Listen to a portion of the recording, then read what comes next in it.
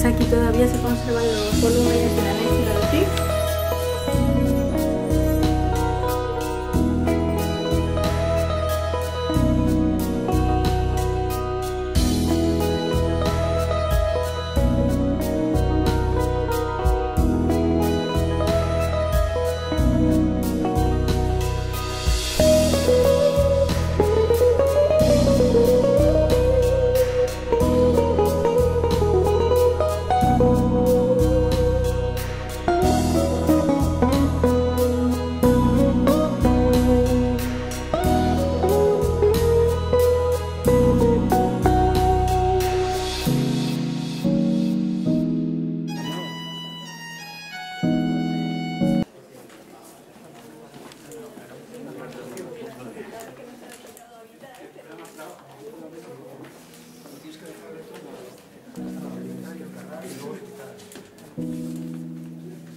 Datos bibliográficas antes, bien de humanismo, bien de medieval, que se anticiparon bastante a esta base de datos de la Nez, que además salía más lentamente. Aquí tenemos también el Corpus Christianorum, continuación medievales, también algunos volúmenes, y el Thesaurus Linguae Latinae, que también es muy utilizado. Aquí están los textos de griego, aquí están los de latín, y ahí hay bibliografía antigua, porque ahora casi todo se lleva a la biblioteca central, pues está más controlado para el préstamo o la biblioteca de los oyentes, que está justo en el pasillo, que la veremos en el pasillo donde se va a plantear la carretera, que hablemos de algo que os pueda interesar, y de esos colores es como he arreglado más o menos la presentación que os voy a mostrar.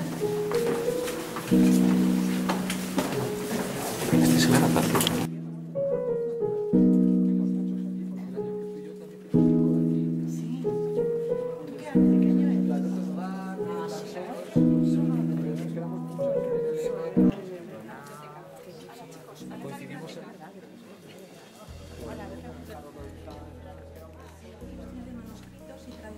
Tradición manuscrita y estudio medieval, y es todos los registros, todos los sectores de los estudios medievales. Entonces quería mostrarles un poco y una vez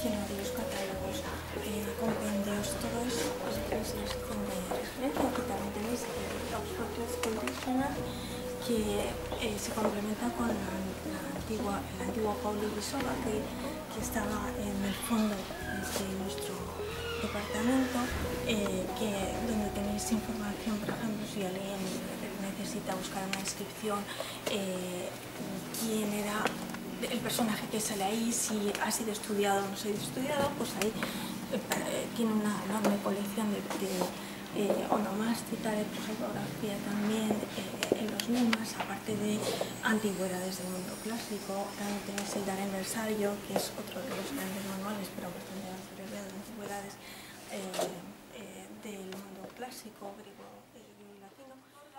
Nosotros después pasamos por la ciudad de Astorga y tuvimos ahí la ocasión de comprobar todos los dispositivos electrónicos que se han instalado en la ciudad para la visión y para el estudio y conocimiento de las ruinas romanas de la ciudad, además de asistir a una representación de teatro de dos obras, una tragedia y una comedia, tal como el año anterior habíamos ido programando. La otra vez fue en León, este año ha sido en Astorga y se complementaba con esa actividad cultural para los estudiantes. Después, a lo largo del año, hemos tenido también una bien acogida sesión de Día de la Poesía, que la habíamos inventado el año anterior, pero este año todavía ha tenido mayor participación, y la verdad es que ha sido una gran satisfacción para los profesores haber visto cómo los chicos se implicaban, participaban y bueno, pues fue una jornada muy efectiva y muy agradable para todos. Y después pues se sucedieron los concursos. Al principio, como sabéis, el certamen de Artino y también el concurso nacional de griego han sido concursos que realmente tienen una solera, una gran tradición entre todos los que durante años hemos seguido la Escuela de Estudios Clásicos, y ahora también desde hace bastante tiempo en la sección local nuestra de León procuramos organizar los concursos de traducción de latín y griego, y estos también cuentan con una excelente participación y yo creo que tienen todavía interés, incluso también el concurso de cultura clásica, que ha sido un estímulo y una base para que todos vayamos poco a poco conociendo y profundizando sobre el conocimiento del mundo antiguo y de todo el mundo que se abre con el estudio de las lenguas y de las culturas clásicas. Entonces, pues vamos a ver al final de esta sesión, nos reuniremos los socios a ver qué más podemos hacer para el próximo curso, que pueda ser interesante vista la experiencia y vista la participación de este año. Y sobre todo este año, en la sesión de hoy, queríamos celebrar también a nuestra manera el bicentenario de la muerte de Augusto, y es un momento muy interesante también, puesto que es una celebración que institucionalmente se va a programar en Astorga, en Lugo y en Braga para el 19 de agosto, por lo cual invito a todos los presentes a que participen en estas ciudades el 19 de agosto, día de la muerte de Augusto, de estas celebraciones ya institucionales bien organizadas, pues realmente de fiesta de verano. Entonces nosotros, a nuestra medida, vamos a intentar hablar un poquito de lo que fue esa época gloriosa para las letras, que fue la época de Augusto. Y entonces pues vamos a contar con la presentación que ha hecho el profesor Óscar Ramos, que ha trabajado bastante para mostrarnos un poco de lo que fue para Roma y para la cultura este tiempo de la instalación del Principado. Bueno, entonces a continuación, para que...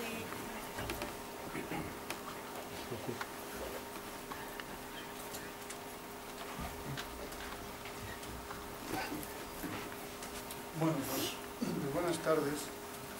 Yo la verdad es que a ver si esto puede ser lo más breve posible, porque de Augusto me gustaría. Yo simplemente me he limitado a ir buscando por ahí cosillas sobre Augusto en internet, así que realmente la labor mía se refiere simplemente a poner un poco por expreso lo que ya todo el mundo más o menos puede encontrar y más o menos se sabe, no es una cosa nueva. Y esto es un acto, digamos, de celebración de un aniversario del milenario de la muerte de Augusto. Con lo cual, todo el mundo, yo me gustaría que, aunque esto dura poquito tiempo, sobre poquitas diapositivas, todo el mundo, que ánimo libérrimo y como buenamente quiera, participe, diga, bueno, pues lo que sepa y lo que le parezca oportuno. Así que aquí yo dirigir nada, simplemente ir pasando las fotos, podemos comentar entre todos una cosilla que será más útil para todos y menos aburrido, que eso es aburrido. Bueno, sobre Augusto, ¿esto funciona? Sí, ¿se oye bien? Bueno, vamos a ver. Sobre Augusto,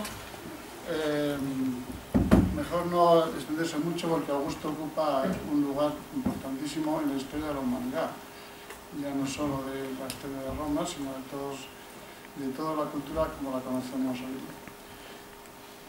Bien, celebramos el aniversario, los 1000 años de su fallecimiento. Nació en Roma, ante diem sextum calendas octobres, y murió en Nola, apud Campanos. Bien, pues antedien decimocuarto en calenda septembres, sé como el 19 de agosto del 14 después de Cristo.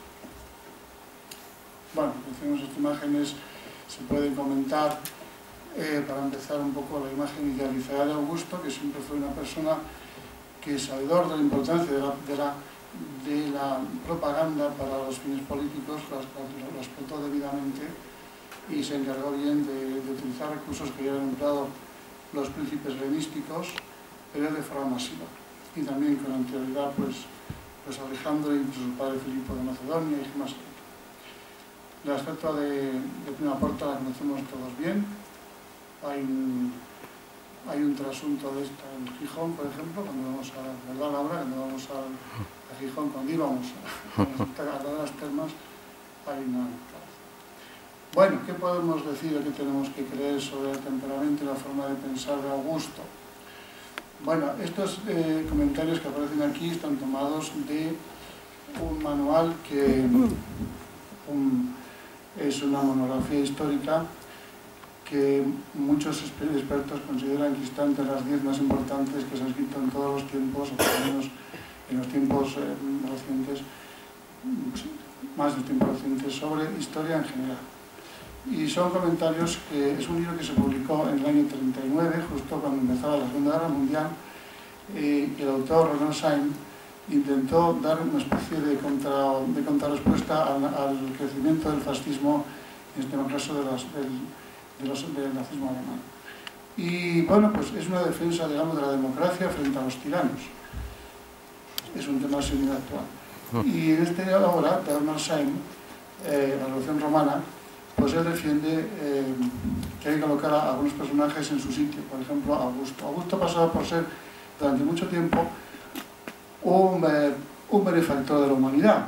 Así lo vieron muchos romanos y o se hizo ver así mucho tiempo. Y Syme, ya en el año 39, intentó hacer de la figura de Augusto un personaje real, es decir, ajustado a la realidad, tal como lo vieron muchos contemporáneos de él y muchos historiadores también, que han tenido más fortuna que los oficiales, los oficialistas, y digamos que es una obra imprescindible para conocer el paso de la República Romana al Imperio. Así que yo recomiendo a todo el mundo que tenga interés por estas cosas que no deje de leer este libro, que es muy interesante. Es un libro a veces complicado de leer porque tiene un par de capítulos o tres de prosopografía con muchísimos nombres y personajes, pero importa muchísimo conocerlo para quien le guste este tema. Bueno, efectivamente aportó muchos beneficios a Roma e Italia, sin embargo el nuevo régimen estaba basado en el fraude, en la corrupción, en el crimen sistemático, que Augusto, cuando era Octavio, no dudó en llevarse por delante todo lo que hiciera falta, personas, ideas y lo que hiciera falta para llegar al poder.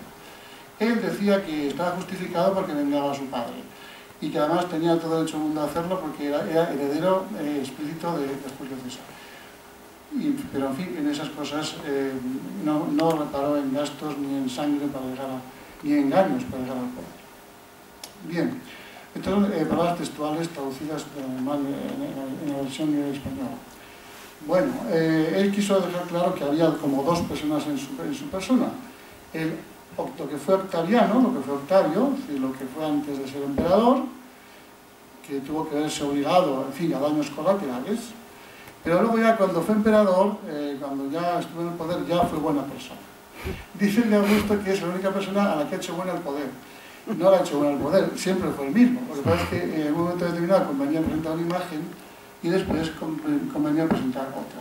Dice Syme de Augusto que en realidad era como un camaleón, dependía de las circunstancias para el joven. Bueno. Este es Renan Syme, que por cierto estuvo aquí en León en los años 60, estuvo trabajando en la plaza de San Isidoro cuando se hizo la excavación y fue de los primeros que empezó a apuntar que sobre la Regio Sexta, la existencia de Sexta en León. Era un especialista en Tácito fundamentalmente, en la época imperial y también en la frontera.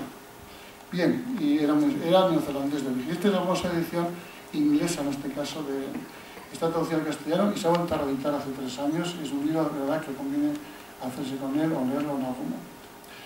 Bueno, sigue diciendo que él intentó mostrar una imagen muy placentera y muy pacífica y muy benefactora de su época como estadista único, pero realmente dice Sainz que Tácito y Gaiman no le conocían mejor. Bueno, aquí citamos a Tácito. Este es el comienzo de los anales de Tácito, donde hace referencia al proceso de ascensión al poder de Octaviano.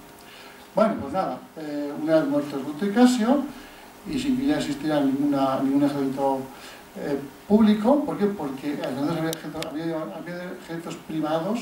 Las guerras civiles eran generales, los ejércitos que hacían la guerra por su cuenta para intereses personales. Ahí no defendía a Roma nadie. Se iba a ponerse en el poder uno con la ayuda de su ejército pagado por el mismo, evidentemente. Bien, muerto Antonio y no quedando ni siquiera ningún solo juliano más que él mismo, depuesto el nombre de Triunviro, pues digamos que se hizo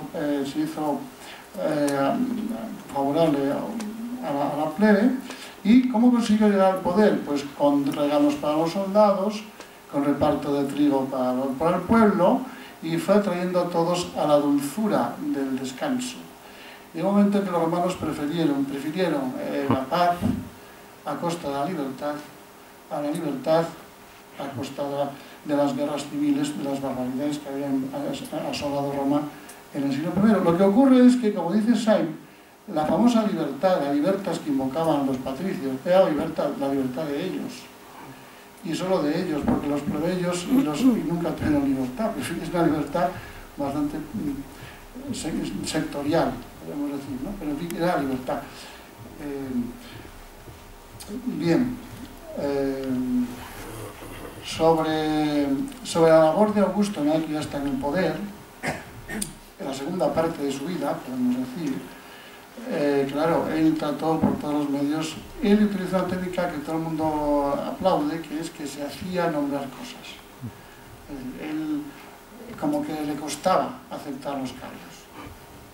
Incluso decía, no os paséis, que no, que yo en realidad no quiero, que yo soy el salvaguarda de las costumbres, de la tradición, yo quiero estar en la República, pero no os paséis conmigo, yo entrego el poder al Senado. Y bueno, cuenta Suetonio que en una ocasión la plebe, con ocasión de unas desgracias que había ocurrido en Roma, de una inundación tremenda del Tíber, y otra serie de calamidades que fueron consecuentes a esto, la plebe, que siempre fue muy supersticiosa, los romanos fueron muy supersticiosos en general, pues interpretaron este asunto como que era un castigo de los dioses porque el Senado le había negado una serie de títulos y galardones a Augusto. Entonces hubo una especie de motín popular y cercaron el Senado y obligaron a los senadores a darle todo el poder a Augusto a cambio, porque si no están dispuestos a cerrar las puertas del Senado y a quemarles vivos allí dentro. Bien, esto lo cuentas. ¿Hasta qué punto puede ser cierto? Pues en fin. Suetonio ya sabemos que era el cotilla oficial del imperio. Como era bibliotecario oficial, pues él tenía digamos, acceso a una serie de fuentes y conocía el garbo, el hola, el 10 minutos, tenía toda la documentación a mano y conocía todas las triquiñuelas de la vida privada de los emperadores. Hay que tener también de que cuando vemos esa imagen tan negativa de los emperadores, hay que tener en cuenta que los que escriben suelen ser de mente republicana y no les importa, sino todo lo contrario, poner con tintes muy negros y muy negativos a todos los emperadores. Hombre, algunos eran peores que otros o no tan buenos como queramos verlo. Desde luego, algunas cosas que se cuentan parecen increíbles y parece estar todas marcadas por ese afán de desprestigiar la institución imperial. Pero bueno, contando con eso, pues Augusto fue una persona que se hizo de rogar, entre comillas, para llegar al poder y retenerlo. En un intento, claro está, de que no le pasara como a su tío abuelo, que la gente pensara que tenía una excesiva ambición de poder y le quitaran de en medio. El asunto era jugar a que él era un demócrata y un restaurador de la República y a la vez mantener un régimen monárquico. Esto es un juego de encaje de bolillos, que hay que reconocer que Augusto, que sobrevivió a todos sus enemigos, porque estuvo en el poder desde el año 31 hasta el 14 después de Cristo, que ya se está en el poder, y que sobrevivió a todos tipos de asechanzas y sobrevivió a la gran contradicción de ser un monarca absoluto, teóricamente en un régimen republicano constitucional, lo cual no deja de ser una cosa sorprendente y da cuenta de la inteligencia tremenda que tenía este hombre para manejar amigos, enemigos y situaciones muy complicadas.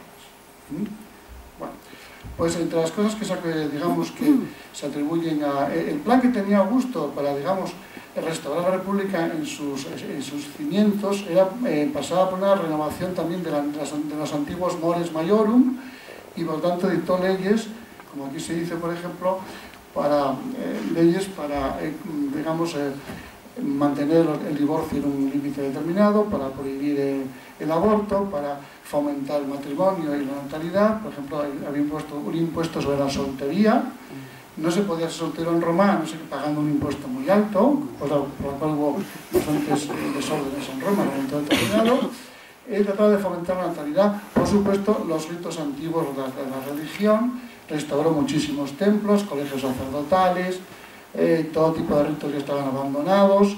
Todo esto lo hizo en un afán de rescatar las esencias de la primitiva Roma, porque él pensaba, o hacía pensar, que era la forma de salir de la crisis, salir del abatimiento, era restaurar las viejas costumbres romanas que habían hecho grande a Roma. Pero claro, eso en tiempos de Rómulo, o más tarde en las guerras púnicas, en el siglo III, se podía vender bastante bien.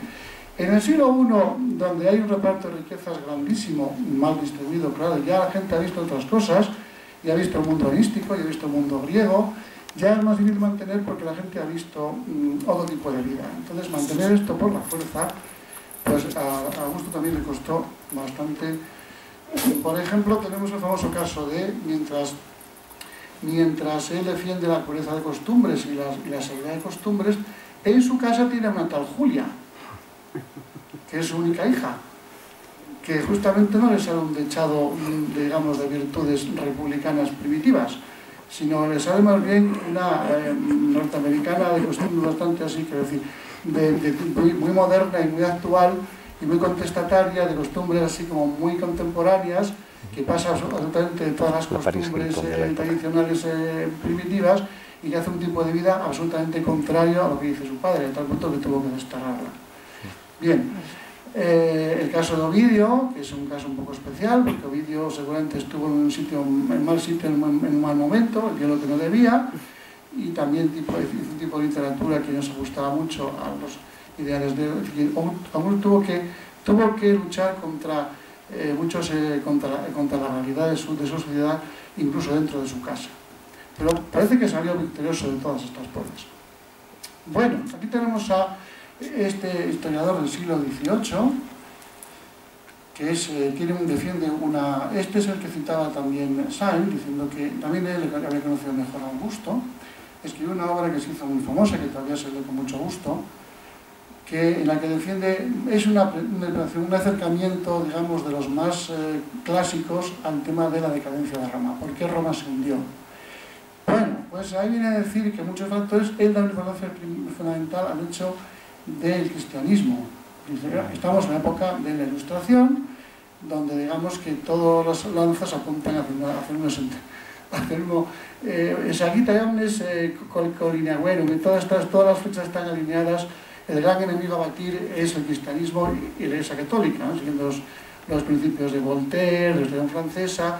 Decía Voltaire que la Iglesia católica era la infame, tenía la culpa de todas las desgracias de la humanidad, eran a la Iglesia católica, hay que ir por ella, y en parte participa, no de esta forma tan sectaria, podemos decir, pero sí viene a decir, cosa que en parte es cierta, que el cristianismo fue un elemento que disolvió en gran parte la cohesión del imperio y, digamos, la cohesión, como no puede ser de otra manera, porque en una monarquía helenística, gente que no está dispuesta a dar culto a un emperador, pues va a tener problemas. Bueno, hablamos también hay un capítulo del libro de Sainz, muy bonito, hacia el final del libro, que se titula El encabezamiento de la opinión pública. Cómo consiguió Augusto rodearse de los mejores escritores del momento, no a él, sino a través de su colaborador mecenas, y cómo fue fichando a las mejores plumas del momento para de alguna forma colaborasen en su proyecto político. Entre los personajillos que se adhirieron a la causa más o menos de Augusto tenemos a personajillos del tipo de Virgilio, tenemos Horacio, así gente, digamos, de segundo plano, como ven. Tenemos, por ejemplo, a Tito Livio. Horacio es un poco especial porque Horacio era epicúreo y por lo tanto se mantenía alejado de los negocia mundana pública, como decía, es el ideal de los estoicos, mantenerse lejos, pero no quiso vender su independencia, pero incluso le propuso Augusto ser secretario personal y no aceptó.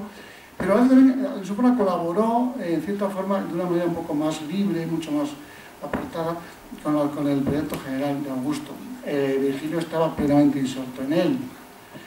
Hay un famoso pasaje de las Geórgicas, León III, donde dice: César estará en medio de mí continuamente a lo largo de mi obra. Y cuando en la Eneida resuena el tema del Pius Aeneas, el Pius Aeneas es Augusto. Dicho de otra manera, Augusto está presente en todas partes. Augusto nunca mandó directamente a los poetas que escribiesen determinada obra, pero aconsejaba, daba líneas maestras por aquí y por allá, ¿no? Si quieres sigues por aquí, daba ideas. Y claro, había muchos motivos para obedecer el mandato de Augusto. Bien, no podemos decir que fuera propaganda, es decir, no es propaganda en sentido actual, es literatura y muy seria, es el comienzo de la literatura realmente importante de peso en Roma, pero está muy matizada y muy marcada por este afán de acoplarse, de ajustarse al plan, digamos, al proyecto político de Augusto. Bueno, como digo aquí, no es solamente propaganda, ellos veían que estaban construyendo con su cultura algo muy grande, muy importante, y también en literatura lo hicieron. Recordamos aquel famoso verso de Propercio: algo más grande que la Ilíada están haciendo. Los contemporáneos de Virgilio ya eran conscientes de la importancia histórica de lo que se estaba haciendo en ese momento en Roma en literatura. Se estaba intentando por vez primera igualarse y superar a los griegos. El famoso afán de la aemulatio de los romanos. Tomar como modelo a los griegos, pero para superarles. Y Virgilio en algún momento supera a Homero, en otras cosillas. Hay quien dice que le supera non in doctrina aut ingenios et inventiva, sino en cuanto a talento narrador, en cuanto a construir imágenes. Bueno, dicen algunos que Virgilio supera a Homero, ¿no? Pero evidentemente en algún aspecto Roma supera a Grecia, en otros se queda muy corta. En fin, es un intento de proponerse como modelo a los griegos para superarlos. Bueno, aquí tenemos el famoso verso de Virgilio, de las Geórgicas, en que hace referencia, ese que está: medio micae sageri templum quetenem. Bueno, pues, Augusto está por todas partes. Bien. Del monumento Ankiranum, la antigua Ankira es la actual Ankara, una ciudad de Turquía, donde se conserva la parte más importante de lo que Mommsen llamó la reina de las inscripciones latinas. No sé qué es para exactamente, pero en fin, la inscripción de las inscripciones. En el Corpus Inscriptionum Latinarum es la reina. Es la más extensa, no quizá la más conservada, pero sí la más larga, la más extensa, la más completa y la que más información puede dar al mundo, ¿no? Conserva en la actual Ankara, el texto original no solamente se puso en ese templo, adosado, inscrito en el muro del templo, sino en otras muchas ciudades también de Oriente se colocó. Es el testamento de Octavio, probablemente redactado por él mismo, o hecho redactar por él, donde da cuenta detallada de todas sus glorias, de todo lo que él trajo de bueno a Roma, de los países conquistados, de los templos reconstruidos, de los colegios totales repuestos, de las costumbres restituidas, de las riquezas del comercio traídos, de la bonanza de los comercios, de la reconstrucción de las calzadas, del favorecimiento de la paz y que todo lo que esto trae consigo de bonanza económica y demás, que todo eso es cierto. Tan cierto que se ha considerado siempre que en la época de Augusto, empieza en Augusto y hasta más o menos Marco Aurelio, hay quien dice, estamos hablando del final del siglo II, hay quien dice, quizá un poquito más, no mucho más, hay quien dice que es la época más próspera y más feliz de toda la humanidad. Estas palabras, este tipo de relaciones son siempre exageradas, por lo tanto falsas, pero algo de razón hay, porque ya no había guerras, ya no había conflictos internos, apenas había conflictos externos, simple contención exterior, y había un tráfico comercial tan impresionante en el Mediterráneo, y había un desarrollo del régimen capitalista tan brutal, había de todo, letras de cambio, cheques, pagarés, bancos, agentes inmobiliarios, agentes comerciales, había de todo, excepto una cosa, que seguramente todos sabemos que es lo que faltó en el Imperio Romano para que llegara a ser conocer un desarrollo capitalista como el de los Estados Unidos del siglo XIX y comienzo del XX. ¿Qué es lo que faltó en el Imperio Romano cuando había una red de carreteras que no la tuvo nadie nunca jamás? 85.000 kilómetros de carreteras, 15.000 kilómetros de carreteras, mareos entre costillas que todavía se conservan hoy día en gran parte de ellas. Dicen que es el monumento romano más importante, nada del Coliseo, nada del Teatro de Pompeyo, del teatro. El monumento romano más importante de que se conserva y más visible son las calzadas romanas, que algunas todavía se están utilizando y otras no se utilizan las calzadas, pero sí digamos, el trayecto que recorrían. Cuando en España hubo que hacer las autopistas del Mediterráneo, muy sencillo, por donde fue la romana. Bueno, ¿qué es lo que faltó en Roma para que hubiera un desarrollo económico total y absoluto al modo como nos entendíamos nosotros? ¿Qué es lo que faltó? ¿Qué es lo que sobró? No nos dice nadie. Sí, hombre, una cosa muy clara. Se cuenta de Tiberio que estando en Capri, allí retirado ya de la política, o poco menos, y dedicado a otras cosas menos nobles, pues le llegó hubo dos acentos que cuenta Tenio Suetonio.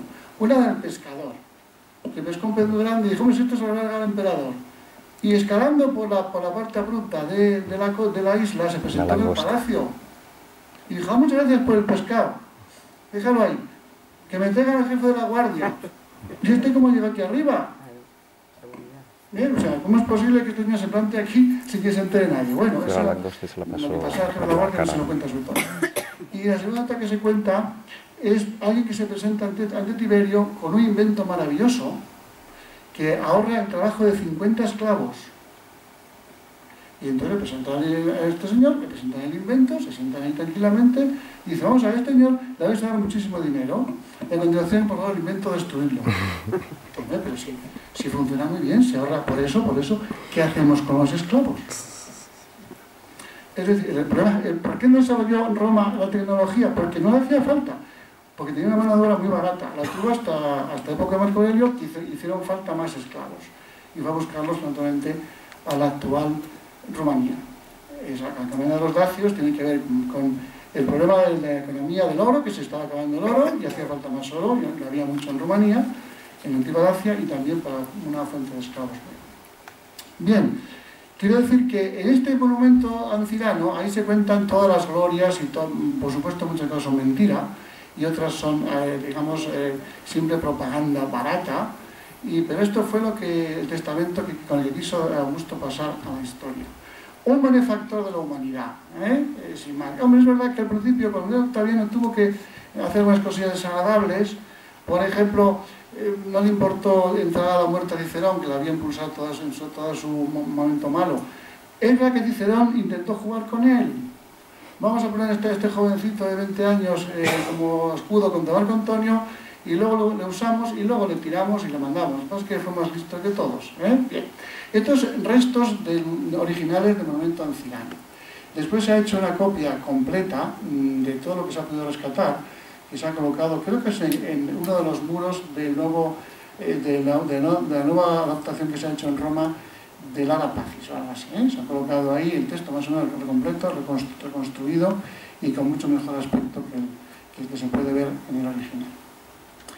Bueno, sobre la utilización política y propagandística de las imágenes por parte de Augusto, que fue un auténtico genio en esto, es el precursor de Mussolini y de otros muchos, utilizar, digamos, Hitler en las Olimpiadas de Berlín, es el que utiliza, el maestro utilizando las imágenes para su propaganda política.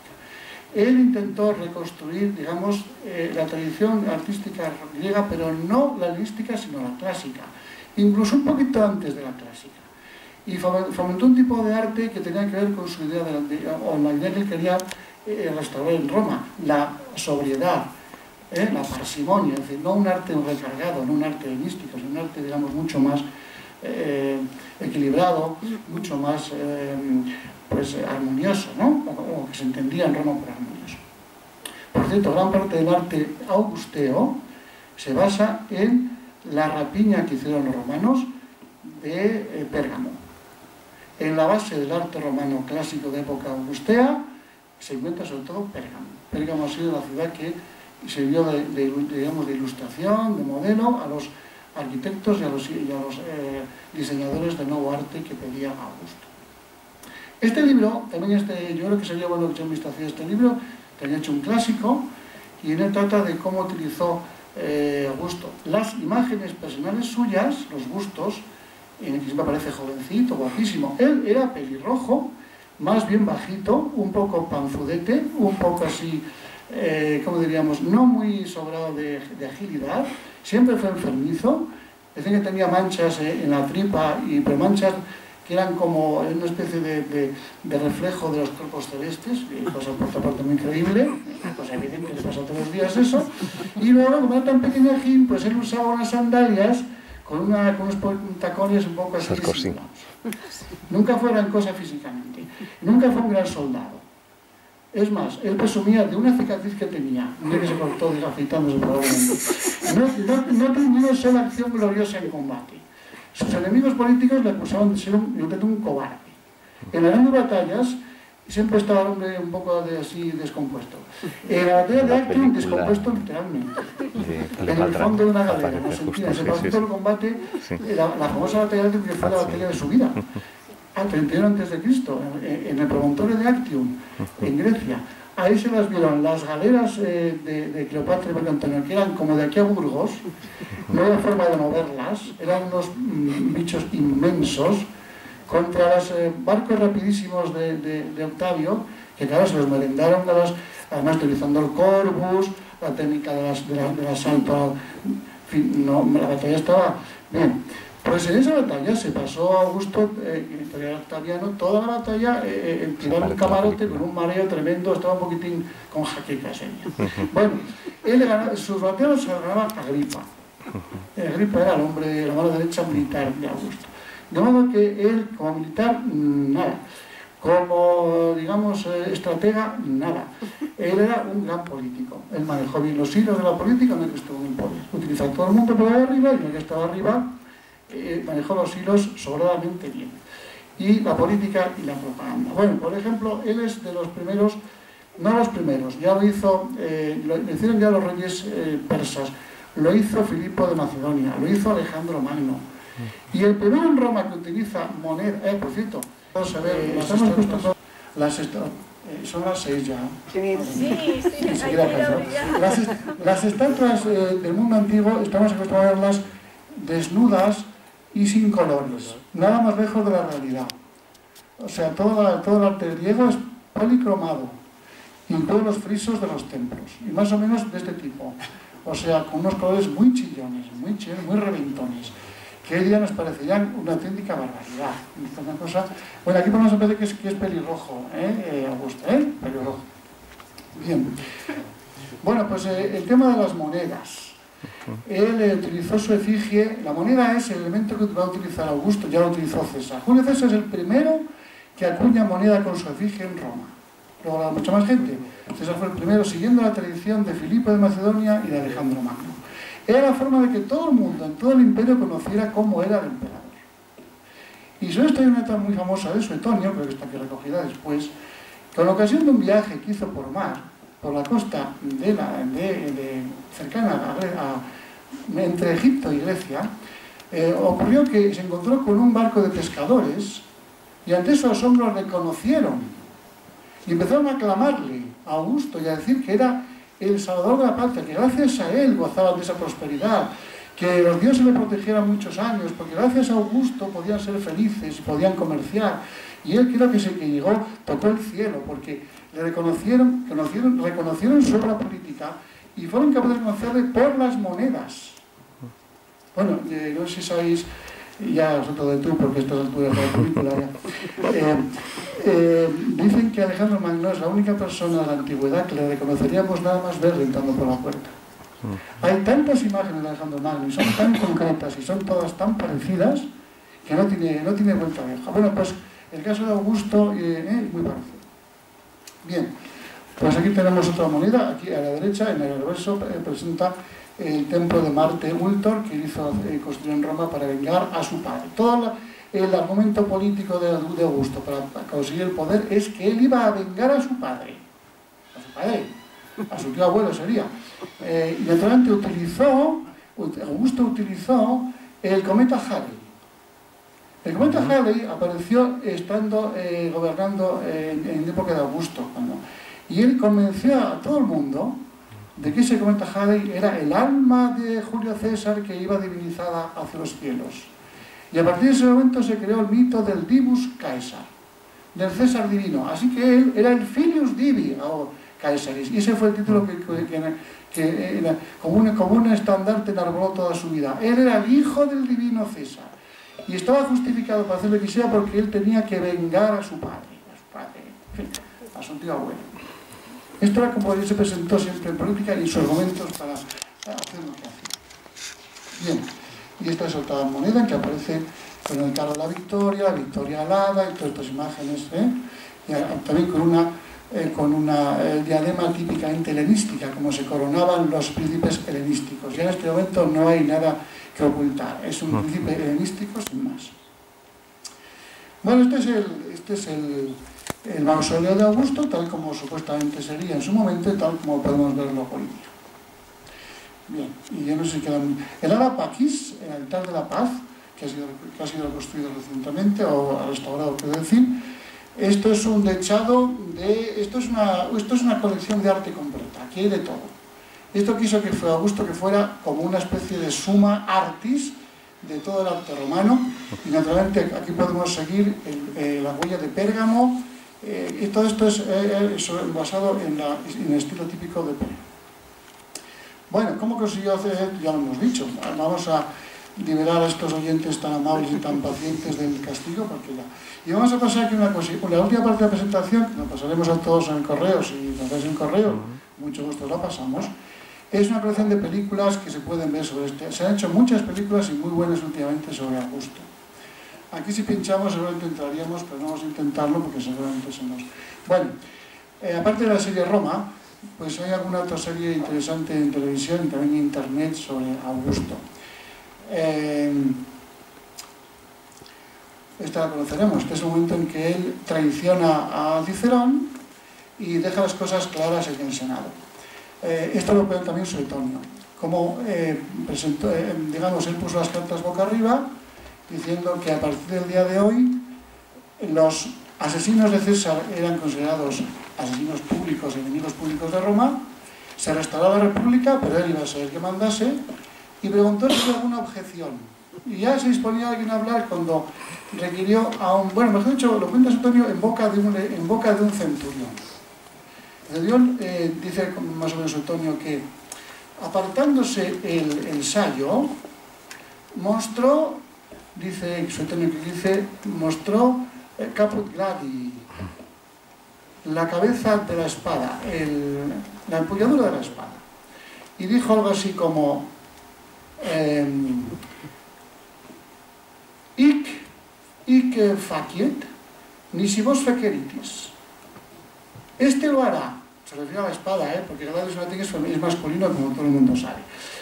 Hic faciet, este lo hará, nisi vos feceritis, si vosotros no queréis hacerlo. Cuando preguntaron, ¿y con qué título va Augusto a ponerse él? Con este título, con la espada. Y fue cuando Cicerón comprendió el error grandísimo que había cometido, confiando como le llamaba Cicerón en los discursos, puerulus, el niño, alabanzas continuas al niño, porque este niño, vaya con el niño de forma absolutamente ilegal y con su propio dinero, así no lo sacaría, alistó un ejército completo, continuó la batalla de sus enemigos políticos y acabó con ellos. En Roma, alistar ejércitos era cosa que estaba prohibida, como se está dando ahora. Pero esto lo hacían en el siglo I, lo hacían todos estos generales que querían conseguir el poder, Con su dinero contrataban soldados para sus fines.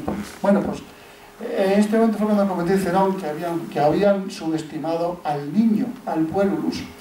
Bien, y ya terminamos. Las glorias de Augusto. Él distribuyó la ciudad de Roma en varios distritos, la organizó, la saneó, creó un cuerpo de bomberos que no existía en Roma, de vigilantes nocturnos. Digamos que hizo lo que hacían, por ejemplo, los pisistrátidas, los tiranos en la época griega, que aprovechaban su poder absoluto para enaltecer la ciudad, favorecerla, hacerla grande, organizar juegos olímpicos, o nemeos, o píticos, o lo que fuera, grandes edificios. Lo que han hecho todos los dictadores desde que tenemos noticia de ellos, ¿no? No hay dictador que haya hecho grandes obras públicas y luego se precian, claro está, de que gracias a ellos tenemos carreteras, tenemos estas cosas. Bueno, pues esto también hizo César Augusto y es verdad que lo hizo. Bien. Y muchas obras públicas, por ejemplo el templo de Marte Ultor, Marte que va a vengar a César. Esta es una imagen medio reconstruida del templo de Marte Ultor, Mars Ultor, el templo de Apolo en el Palatino, que es simplemente de esos dos templos que se bueno, el que está a la izquierda, que se conservan solamente 3 columnas. Esas 3 columnas son las del templo de Apolo mandado construir por Augusto. Aquí se puede ver con el tipo de ornamentación que Augusto rescató, que es la ornamentación clásica griega, no la helística, la anterior, que es la que había justamente en parte del arte de Cartago, aunque previamente es nacionalístico. Bueno, el templo del Júpiter tonante, el Júpiter del trueno. Creo que se conserva poco de esto y aparece en algunas medallas y algunas monedas fundamentales. Bueno, así que fue el que creó ese cuerpo de bomberos, que antes no existía. Existía un cuerpo de bomberos particular que tenía Craso, con el que se hizo de oro en Roma, a base de comprar edificios que estaban haciendo a bajo precio para luego tirarlos. Craso fue el primer agente inmobiliario importante que sepamos de la historia. Bueno, y restauró también la vía Flaminia, que iba hasta Ríminon, desde Roma hasta Rimini. Cosas típicas, digamos, de los que tienen todo el poder y pueden hacer con él. Bien, murió en la misma habitación en que su padre Octavio, siendo cónsules Sexto y Pompeyo, los dos Sextos, Pompeyo y Apoleyo, murió. Claro, hay un error ahí, porque pone una X y 4 palitos. ¿A que sí? Bueno, si tenemos la curiosidad algún día de ir al Museo de León, aquí, que está en Santo Domingo, que fue una falta de hace, que está el pueblo muy abandonado, es una pena porque es un gran museo. Hay una inscripción, hay una lápida valdiviense preciosísima, en la que el padre de una criatura, de una jovencita, pone que dedica la lápida a su hija queridísima y pientísima, ¿cómo se llama? No recuerdo cómo se llama, Annorum de años, luego pone PM, que no es postmeridiem. ¿Qué será PM si no es postmeridiem? El padre, lo que nos pasa a los padres, nos olvidamos de las fechas importantes y luego no sabía muy bien cuándo nació su hija. Y entonces puso Annorum PM, plus minus, 19 años, un de Viginti Annor. Bueno, y pone un palito, una V, una X, una V y 4 palitos. Los romanos ponían 4 palitos. No es que se han engañado, es que nos lo han contado mal. Engañados con intención de... No nos han mentido. Es que eso de las famosas reglas de los 3 palitos, eso se hizo muy posteriormente y luego no es nada romano.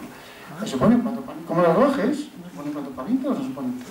Bueno, pues murió el día 9, perdón, el día 19, en las 19 días antes de las calendas de septiembre, como los romanos cuentan como la NASA, hacia atrás, pues hay que recuperar el día 1 de octubre, no, perdón, hay que recuperar, estamos en agosto, claro. Bueno, pues a la hora nona, y tenía 67 años de edad, menos 35 días. ¿Por qué tanto lujo de detalle? Porque es Augusto, no es cualquiera. Entonces debe constar en su testamento la fecha exacta, el día y la hora. Y el lugar murió en la misma habitación en que había muerto su padre Octavio, en Nola, apud Campanos. Bueno, esta fue la única esposa que tuvo él. Digamos, los romanos tenían esposas legales, ¿no? 1, 2, 3, 4, 5, César tuvo 4, y luego estaban las no legales, las que, bueno, en el caso de Augusto, Livia Drusila, pues fue, bueno, fue la única o fue la segunda, no estoy muy seguro sobre este asunto, y lo que es cierto es que se casó con ella estando ya embarazada. Y Livia Drusila, recordaremos aquella serie famosa de Yo Claudio. En aquella serie de los años 70 recogieron muy bien el poder que tenía Livia Drusila sobre Augusto. Bueno, quizás un poco exagerado, pero sí también se ha puesto a la relieve que fue una mujer muy influyente y muy importante a la sombra. Y no tan a la sombra, pero en fin, que fue una mujer muy importante en los destinos también de Roma. Bien, y no sé si queda mucho más sobre las películas. Esta es una de las series que decía yo. Es una serie dedicada a cada uno de los... Está basado un poco en el testimonio de Suetonio y dedica un capítulo a cada emperador, empezando por César, que no fue emperador excepto la Colonia. César Imperator, todo el mundo dice, pero César, como todo el mundo sabe, no fue emperador, fue dictador perpetuo, pero quiso ser rey y no le dejaron. Bien. Esta es una adaptación italiana digamos, de una página de historia italiana hecha sobre un documental de la RAI, que es también muy interesante. Esta es la famosa película protagonizada por Peter O'Toole, está bastante bien hecha también. En realidad, me gusta ser tratada bien por el cine, que sin demasiados... Esta es una serie alemana muy recomendable. Quizás sea la mejor de todas estas que hemos hecho hasta ahora. Y esta es una serie norteamericana de 6 capítulos. En general se llama Imperios, pero lo que dedica a Roma es una maravilla de delicadeza, de confección cinematográfica, de música, de imágenes, y además está hecha con una delicadeza tremenda. A mí me gusta mucho esta serie, porque además combina relatos históricos de la vida de los emperadores, digamos, de relatos palatinos y de res gestas, o sea, de acontecimientos políticos, militares, y nos contrasta con la vida, digamos, civil, con la literatura. En este capítulo, por ejemplo, hay como 2 ejes centrales. Uno es Augusto y otro es el poeta Ovidio. Y está hecho con una delicadeza, con una, digamos, elegancia de imágenes, de texto y de narración realmente muy digna de verse. Lo recomiendo. Está todo en internet, se busca. Bueno, esta es la famosa serie también, donde hemos comentado. Y de la serie de los años 70, Yo Claudio, yo he rescatado este pequeño pasaje donde se quiere contar el momento en que le comunican a Augusto que Roma ha perdido definitivamente toda esperanza de colocar la frontera en el Vístula, después de la famosa batalla del año 9 después de Cristo de la selva de Teutoburgo. Es decir, perdió Roma 3 legiones porque Quintilio Varo fue un perfecto inepto. Bueno, no lo ponemos porque ya me he pasado con el tiempo, que me ocurre que siempre. Hasta aquí. Bueno, pues yo había prometido que no estés a intervenir, pero ya veis que la intervención ha sido unánime, como se puede ver. Bueno, estas pobrísimas palabras, paupérrimas, el honor de Augusto, en lo que este personaje deba ser honrado. Como dice Sainz, no hay necesidad de honrar a quien no lo merece. Pero en fin, de esa forma Augusto lo mereció, en alguna forma, y en otra no tanto, o de ninguna manera. Eso quedará a juicio de la historia y de nosotros mismos. Pues muchas gracias.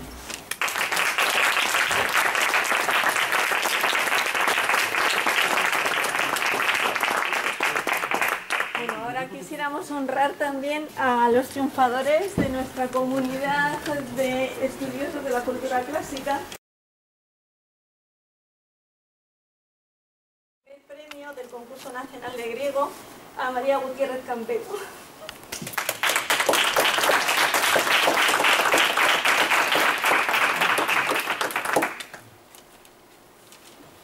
Después nos acordaremos también de cómo hay un premio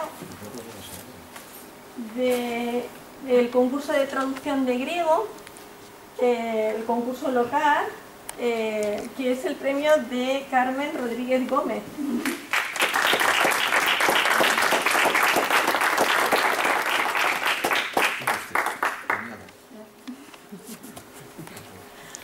A continuación tenemos que cambiar el escenario porque vienen los premios de latín y de cultura clásica, claro. Pero estos chicos tienen que decir unas palabras, ¿eh? Sí. Sí, pero cuando estén todos formados ahí, ahora salen todos, y entonces... No se me olvida. Sí, así es. Vamos a ver. El primer premio del concurso de latín local es el de Ángel Varela Martínez.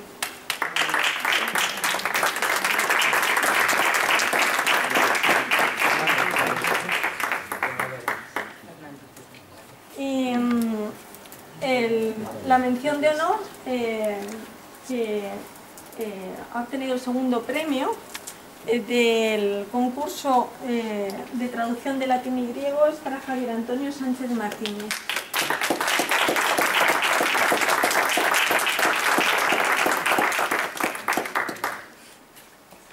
También habíamos dejado para atrás la mención de honor, el segundo premio del concurso local de griego, que es también para él, ¿no? Para Javier Antonio.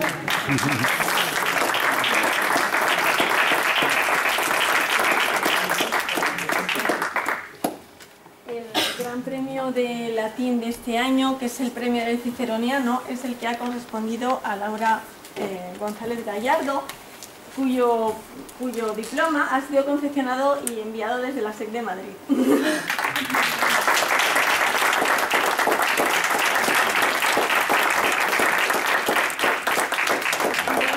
Recordamos aquí a los ganadores, a las ganadoras de los concursos de cultura clásica. Y entonces tenemos a Silvia Fernández y a Isabel Martínez.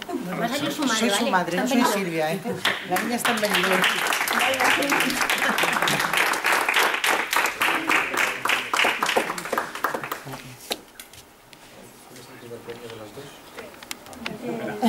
El segundo y el primer premio. Muy bien, entonces quisiera también recordar, porque tenemos aquí a muchos de los participantes que a continuación iremos mencionando, iremos siguiendo en la lista, pero antes quisiera que los primeros premios y segundos premios de nuestros concursos, pues que quieran decir algo, que quieran expresar sobre todo qué ha supuesto para ellos estos cursos en los que han ido conociendo el mundo clásico y si realmente les interesa, si ha contribuido a su formación, les ha cambiado un poquito la visión de la cultura. Entonces, no sé, que ellas y ellos expresen lo que deseen sobre esa experiencia de haber estudiado asignaturas de cultura clásica. A ver, por favor, los que quieran salir y decir algo. ¿No quiere nadie decir nada? Como siempre que la timidez las atenaza. Ya veo que va a haber que sacar. Pero quieren salir, ¿eh? Voy a decir yo que salga al primer lugar la ganadora de la prueba nacional de griego, que es María, y se expresa muy bien, que sabemos que lo ha preparado, lo improvisará, pero seguro que está fantástico. Así que dinos lo que tú quieras decir en este momento. ¿Estás preparado? Bueno, en primer lugar quiero dar las gracias tanto a mi familia como a mis amigos por su incondicional apoyo y como no podía ser de otra manera a Manuel y a todos mis profesores porque como decía Cicerón, una cosa es saber y otra saber enseñar. A la Sociedad Española de Estudios Clásicos por este premio y por último a las humanidades en sí, porque es cierto eso de que las humanidades humanizan y de que cuando traduces interiorizas y te vuelves más sensible, tanto en relación al mundo exterior como a ti mismo. Y creo que al fin y al cabo eso es lo que merece la pena. Muy bien, muy bien. Bravo. Pues nada, Carmen, ganadora del premio de traducción de griego. Así que... Bueno, a mí me gustaría agradecer el premio a mi profesor de latín y griego porque fue él quien me insistió para que me presentara al concurso y realmente si mucho, no fuera por él... mucho. Si no fuera por él yo no estaría aquí y fue él quien me hizo descubrir que el latín y griego es a lo que me quiero dedicar y nada, muchas gracias. Muchas gracias a ti.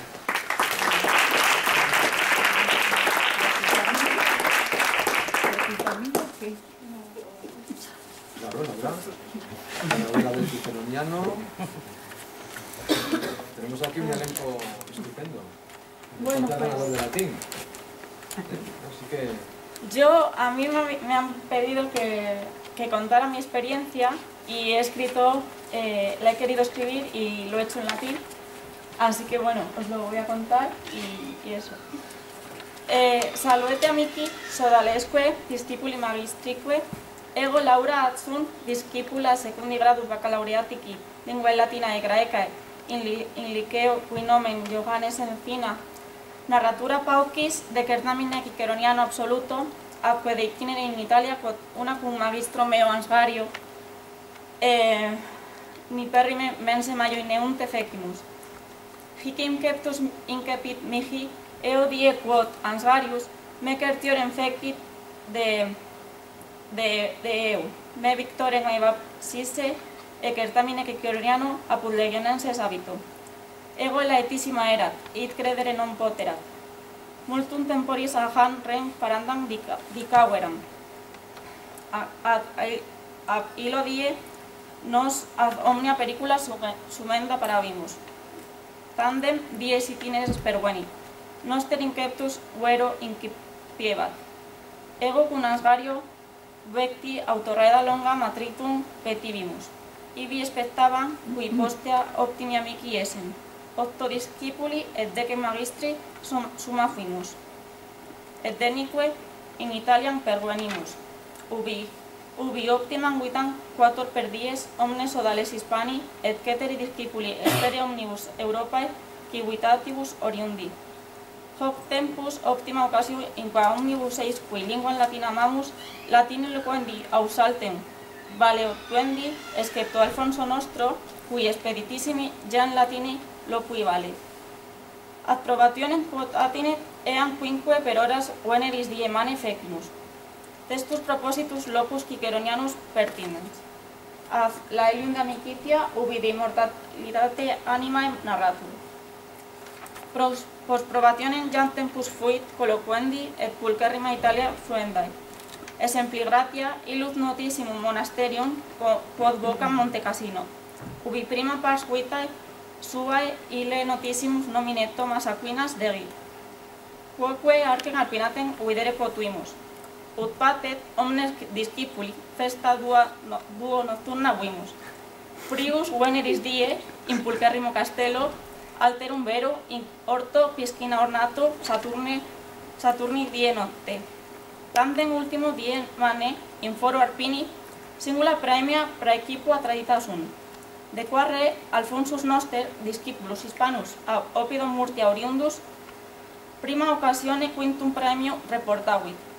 Oportet Sciatis discipulus Hispanos tota in certamine historia 3 tantum mentiones honorificas adhuc obtinuisse.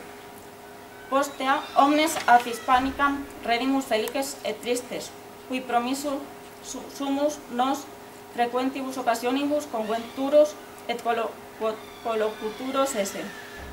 Sine dubio, optimus amicos et pulcherrimas memorias esgis diebus teneo, quia id quof aliquando Cicero junsit nemo iunquam disjungere poterit.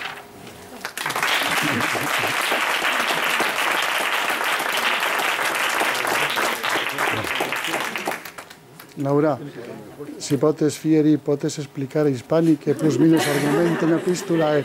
Bueno, pues yo me enteré de que había ganado el certamen en febrero, me lo comunicó Óscar y como dije, pues no era consciente porque lo había preparado mucho tiempo pero no podía creer la noticia y me lo confirmó y empezamos a preparar el viaje y a principios de mayo, el día 8, nos fuimos a Madrid y desde allí nos juntamos con el resto de alumnos españoles que iban de Valencia, Castellón, Madrid, Murcia y fuimos... y Santander.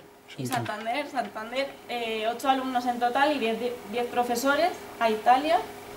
Allí estuvimos alojados durante 4 días, tuvimos el examen el viernes por la mañana durante 5 horas y luego el resto del tiempo fue pues, de tiempo libre, excursiones como en la Acrópolis de Arpino, en la abadía de Montecassino y luego por las noches pues, nos dejaban tiempo para disfrutar.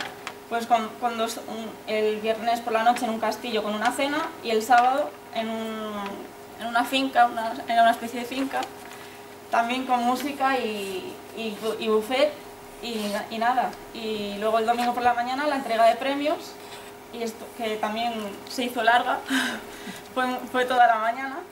Y como no podía ser de otra manera, pues Alfonso, que es un alumno de primero de bachiller, que preparó el certamen, pues consiguió el 5.º premio, que es un alumno que habla latín muy bien, o sea, perfectamente, y se lo merecía, así que, y luego con la pena, pues de volver, pero bueno, seguimos en contacto, y así que eso que nos hemos llevado. Sí, desde luego que sí. Muchísimas gracias.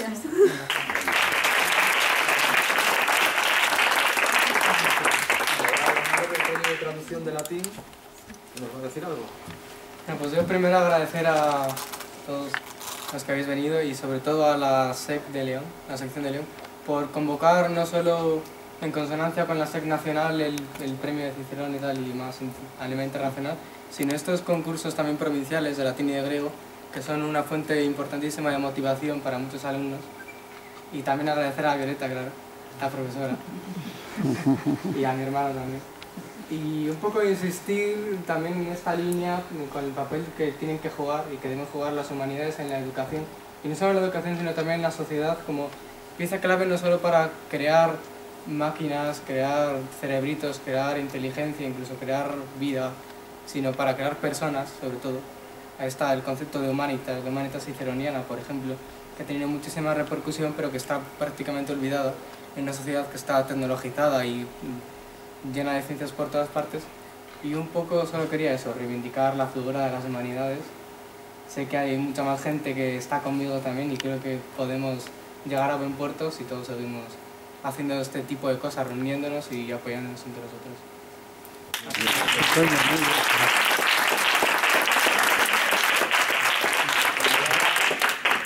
El alumno que la persona en su persona, 2 premios de latín y griego, o sea que es muy completo, pues ¿qué nos puedes decir? Bueno, yo simplemente no me había preparado nada, pero quería agradecer en primer lugar a la Sociedad Española de Estudios Clásicos que sigan preparando toda esta serie de certámenes y de actividades que demuestran que el latín y el griego no son lenguas muertas, como la mayoría de las personas opinan, sino que son lenguas muy vivas, ¿no?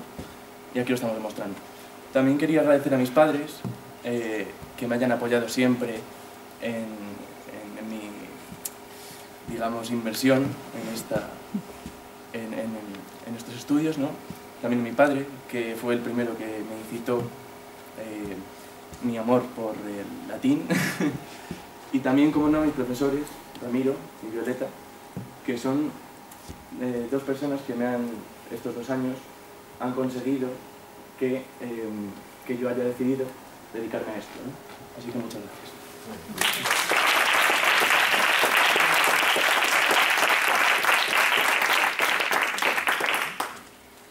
Bueno, muchas gracias a todos. Yo no sé si todo el mundo que ha participado en los concursos también tengo para los profesores. Yo estoy muy quejoso, Asunción, yo estoy muy quejoso por mi parte. Bueno, yo tengo que decir ya 2 cosillas. No se encuentran hoy día fácilmente personas que sean capaces de salir aquí, hablar con una soltura y esa elegancia y esa capacidad de expresiva tan suelta y tan fluida y tan apropiada y tan ajustada como estos chicos. Y estuve enfadado por la parte porque a mí no me has hecho chocolatina, Asunción. O sea, Claro, es que se pierden ya las buenas costumbres. Otras compañeras por aquí. Venga, si a alguien le apetece. Porque si no se van a quedar aquí, o sea, que así no puede ser. Ponernos ahí con el premio, pero se puede Con el tuyo. Efectivamente, es muy agradecer se va a apagar la cámara cuando te digo. todo el personaje de Augusto, ya faltaba eso. Vamos a ver, para Ramiro, para Eva, que ha preparado su de cultura clásica, para Violeta. Espera, ponte ahí, coge los dos que te sacamos. Hombre, no entonces. Esto con alguna chocolatina. Y después también tenemos que recordar a todos los que han participado. Y los que participaron en el ciceroniano, que yo no sé si están algunos aquí, la sociedad ha mandado. A ver, Javier Alonso Pérez está. Yo no sé si los profesores de estos alumnos podrán recoger los diplomas. Natalia Carbajo, ¿no? Carolina Cañoto, Javier Castro, José Manuel Fernández, María Civil, participante también del ciceroniano, Elena Rodríguez Álvarez, Javier Antonio, sí. Y Ángel también, ¿no? Ángel Varela y Carlos Varela. Ángel yo. A ver, tú eres Ángel y tú eres Carlos, ¿no? Vale, muchas gracias. Tenía que decir del ciceroniano, que aunque la interrumpa, que al menos desde que yo soy secretario de la SEC, es el año con el mayor nivel, un nivel altísimo, es decir, la ganadora por supuesto, pero todos han estado en un pañuelo, ha habido un grupo de chicos con unas notas muy altas y esto hace pensar que tenemos una buena cantera, ¿no? Sí, sí, la sí. rojita, como dicen. Que nos hace confiar. Si toma relevo de una vez, vamos a tocar el tema, ¿no? Pero que hay un nivel muy bueno, ha sido un ejercicio de ciceroniano buenísimo y que aquí hay notas muy buenas, ¿no? En latín. Pues nada, también Manuel podría repartir los de griego y Fernando Mario Blanco, de seguramente Sagún. podrá los de latín. Dayana Herrera Vivanco de San Andrés como están, Jessica Martínez tampoco, Elisa Moraes de San Andrés tampoco, Fernando Blanco, que ya te dijo. Abel Pérez del Legio Séptima se lo entrega, ¿sí? Sí. Laura Presa se lo entrego yo, pues Lara Presa. Elena Rodríguez del Eras, ¿cómo está? Andrea Ruedas, te se lo entregas tú. Javier Antonio Sánchez Martínez, Carlos Varela Fernández,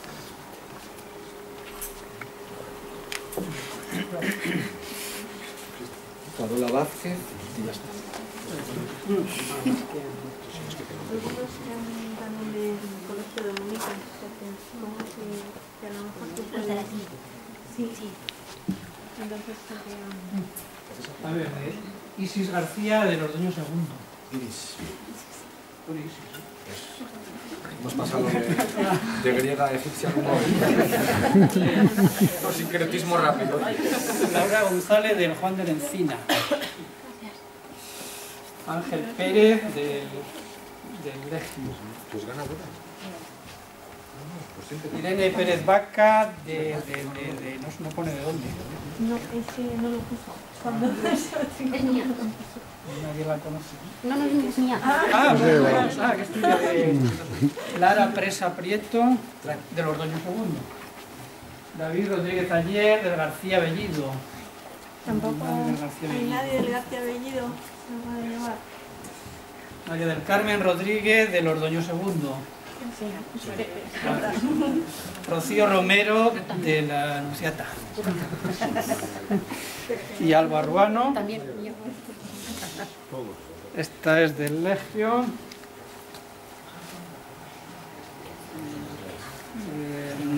Carlota, que la saludamos del Legio.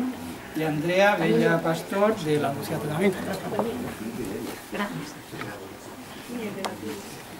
Bueno, agradecemos a todos la asistencia y yo no sé si alguien más de los presentes quiere decir algo o quiere comentar pues alguna cosa de lo que hemos hablado o no sé, alguna impresión de algún alumno, los padres que han venido, que se han molestado en venir, a lo mejor quieren decir algo de sus hijos.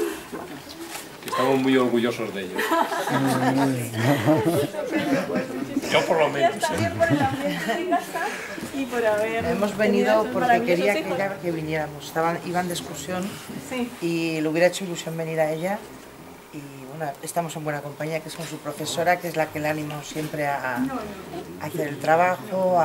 Bueno, de hecho, ella en bachillerato no tenía en principio en mente coger latín y bueno, pues gracias a su profesora, además de que le gusta, lo practica y lo vive, vamos, le encanta.